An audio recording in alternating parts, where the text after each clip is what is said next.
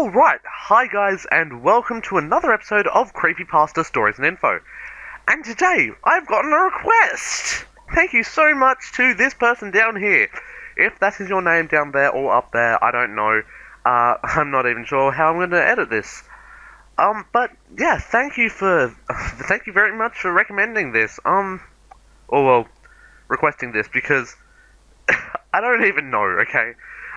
I do get I hope you guys are actually thinking of requesting some creepypastas for me to read, unless you can't think of any offhand. But on the off chance that you do decide, you should read this creepypasta, I will try and answer your requests as soon as I possibly can. I've actually written down a list. I have no idea where I put it though, and it's probably lost forever. But in all honesty, I don't think it is. I'll probably find it somewhere in Narnia, probably. But yeah, so this creepypasta is a rather unusual name. I can't exactly. I don't even know how that's pronounced. Is it Ticci-Toby? Toby. Yeah, that's his name. Toby. So it's by Kastoway on. It's not actually a wiki pasta either. It's on DeviantArt. It's really good. I like DeviantArt. You get some good stuff on DeviantArt. Anyway, so something about hatchets. That's as far as I've really noticed. But it seems really good, and let's have a read. The long road home seems to go on and on. The road continued to outstretch in front of the vehicle endlessly. The light that shone through the branches of the tall green trees danced across the window in random patterns, every once in a while obnoxiously shining in your eyes. The surrounding was deep green trees, forming a forest around the road. The only sound was the sound of the car engine as it travelled down the path. It was peaceful and let off a serene feeling. Although the ride seemed like a nice one, it lacked every form of nice for both passengers. The middle-aged woman behind the steering wheel had neat, short brown hair that fit her complexion quite well. She wore a green V-neck t-shirt and a pair of blue jeans. Diamond stud earrings decorated each of her ears, which partially showed from behind her haircut. She had deep green eyes, which were brought out by her shirt, and the lighting seemed to make them more noticeable. There wasn't much significance to her appearance. She looked like any average mother that you'd see on TV shows and such. But one thing for sure made her differ from those average mothers. That was the dark bags under her eyes. No, average mothers have those too, especially my mother. Actually, she's kind of, not as average, she's kind of batshit insane. Well, her facial expression was gloomy and sad, although she genuinely looked like one who smiled a lot. She would sniffle every once in a while, and occasionally glance back in the rearview mirror to look back at her son in the back seat, who was hunched over partially, his arms held tight around his chest, and his head pressed against the cold window. The boy lacked any normal appearance. Anyone could blandly see that something was wrong with him. His messy brown hair went in every which way, and his pale, almost grey skin was brought out by luminescent lighting. His eyes were dark, unlike his mother's, and he wore a white t-shirt and scrub pants that had been provided to him by the hospital.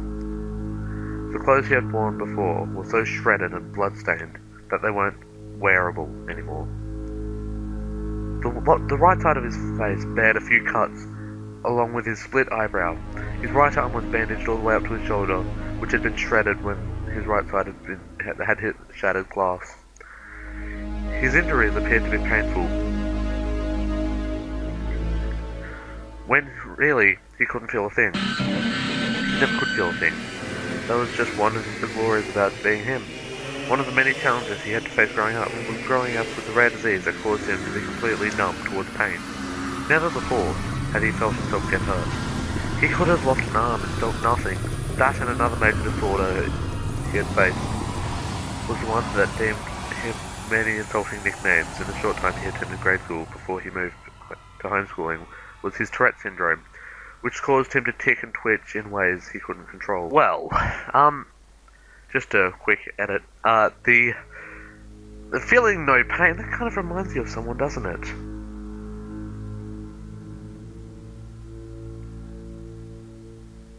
this picture right here. I think it should be right here.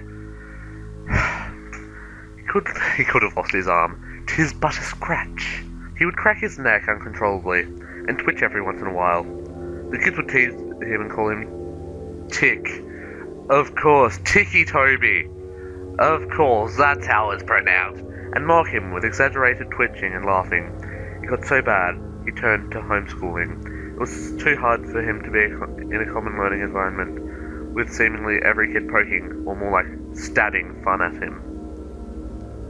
Toby stared blankly out the window. His face was empty of any depictable emotion, and every few minutes his shoulder, arm, or foot would twitch. Every bump that the car tires hit made his stomach turn. Toby Rogers was the boy's name. The last time Toby remembered riding a car was when it crashed.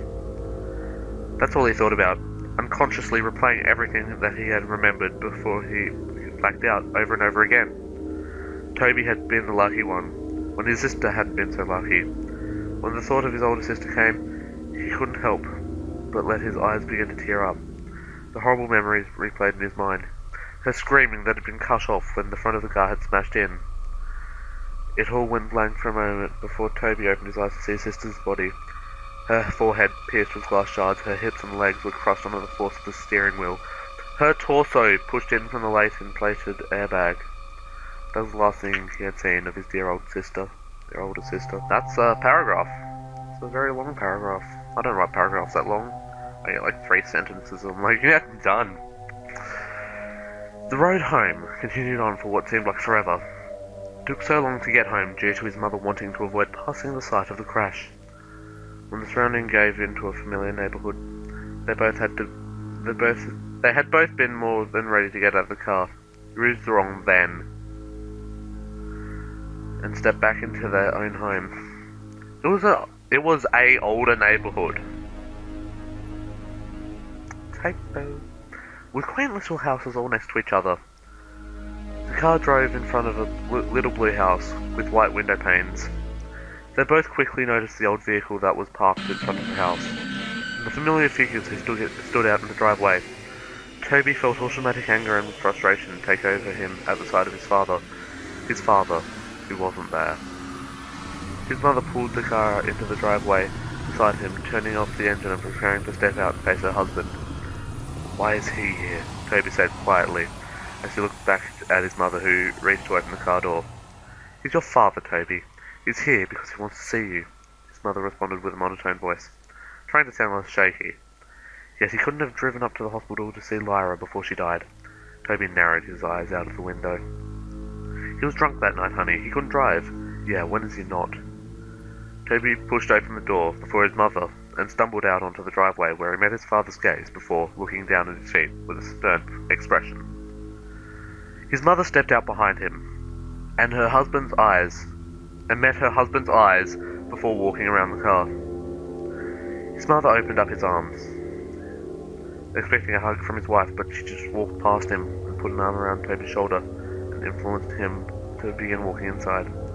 "Connie," her husband began to say in a raspy voice. What? No welcome hug, huh? You need more punctuation, I'm sorry." She ignored her father's obnoxious words. Obnoxious doesn't use fucking grammar. And walked past him with her son under her arm. "Hey, he's 16, he can walk by himself," his father began to follow them in. "He's 17, Connie glared back at him before opening the door to the house and stepping inside. "Toby, why don't we get you in your room to rest, okay? I'll come get you when dinner is ready." "No, I'm 16, I can walk by myself," Toby said sarcastically. Glared back at his father before stumbling up the small staircase and turning into his room, where he slammed the door violently. His little room didn't have much in it, just a small bed, a dresser, a window, and his walls, which had a few framed pictures of his family, back when they were a family, before his father became an alcoholic, and acted violently towards the rest of the family. Toby remembered when he was arguing with his mother and he grabbed her by the hair and shoved her to the floor, and when Lara had tried to break it up, he pushed her and hit her in the back on the corner of the kitchen counter. Toby could never forgive him for what he did to his mother and sister. Never. Toby didn't care how much his father beat him down. He couldn't feel it anyway. What did he care about how he intentionally hurt the only two people he cared about? And when he stood, and when he waiting in the hospital, where his sister took her last few breathes. Yes, her last few breathes. The only person who didn't rush there was his dad. Toby stood by the window and looked out onto the street. He could have sworn he saw things out the corner of his eye, but he quickly blamed it on the medication he had been put on. When dinner time came around, and his mother called him up to him, Toby came down the stairs and hesitantly sat down at the table across from his father, and in between his mother and an empty chair. It was quiet as his parents picked at their food, but Toby refused to eat. Instead, he watched his dad with a blank stare. His mother caught onto his stare towards his father and elbowed him slightly. Toby looked over at her slightly and looked down at his uneaten food, which he didn't touch. Alright, so just on that second paragraph right there. Oh, it's a pretty... They're very big paragraphs. You might want to think about separating them a little bit. Also, punctuation and correct usage of correct spellings isn't a bad idea. I'm sorry if you're watching this and you're thinking, okay, this guy's a douche, I don't like him. No, I'm sorry, but I'm a grammar Nazi, I'm sorry. I can't help myself. Sometimes I just want to watch the world burn. Burn! Anyway, Toby laid in bed. He pulled his covers over his head and stared out the window. He was tired, but there was no way he could fall asleep. He couldn't. There was too much to think about. He had been debating on whether or not to follow his mother's directions and forgive his father, or continue holding a grudge with his boiling hatred. He heard his door creak open, and his mother padded into the room and sat on the bed next to him. She reached over and rubbed his back. I know it's hard, Toby, trust me. I understand. But I promise, you will get better, she said softly. When is he going to leave? Toby said with an innocent tone in his shaky voice. Connie let her gaze fall to her feet. I don't know, honey. He's staying as far as I know, she replied. Toby didn't respond. He just continued to look at the wall, holding his damaged arm near his chest. After a few minutes of silence, his mother sighed, before leaning in to kiss his cheek and stood up to walk out of the room. Good night, she said, as she closed the door. The hours passed slowly, and Toby couldn't quit tossing and turning. I'm doing it now, thank you. Every time he let his imagination take over, he heard the screeching of his face. The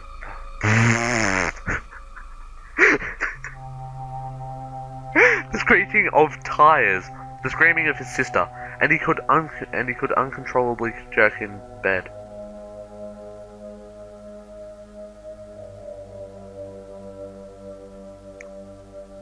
I hope you mean that in the best way possible. He threw off his covers, laying on his back. He pulled his pillow over his face and cried into it.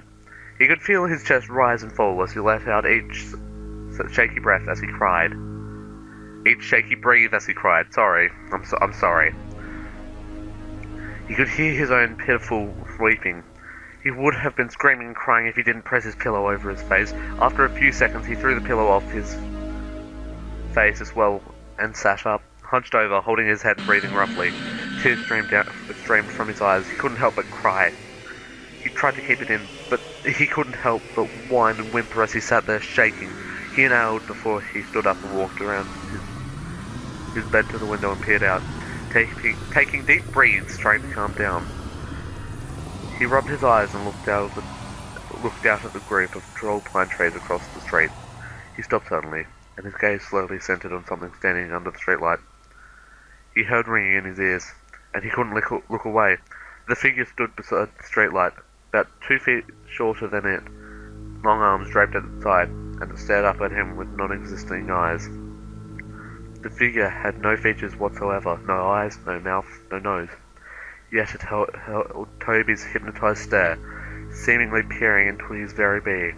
The ringing in his ears grew louder and louder each second that he stared, before suddenly it all went black. Alright, thanks for watching part 1 of this series. I hope you really enjoyed it. If you did, please don't forget to hit that subscribe button. I really, really appreciate it if you do.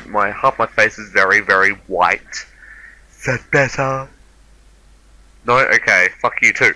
So, thanks for watching, and I hope you return next time for some more creepypasta goodness. So, thanks. Oh yeah, this is Nova Parrot, signing off.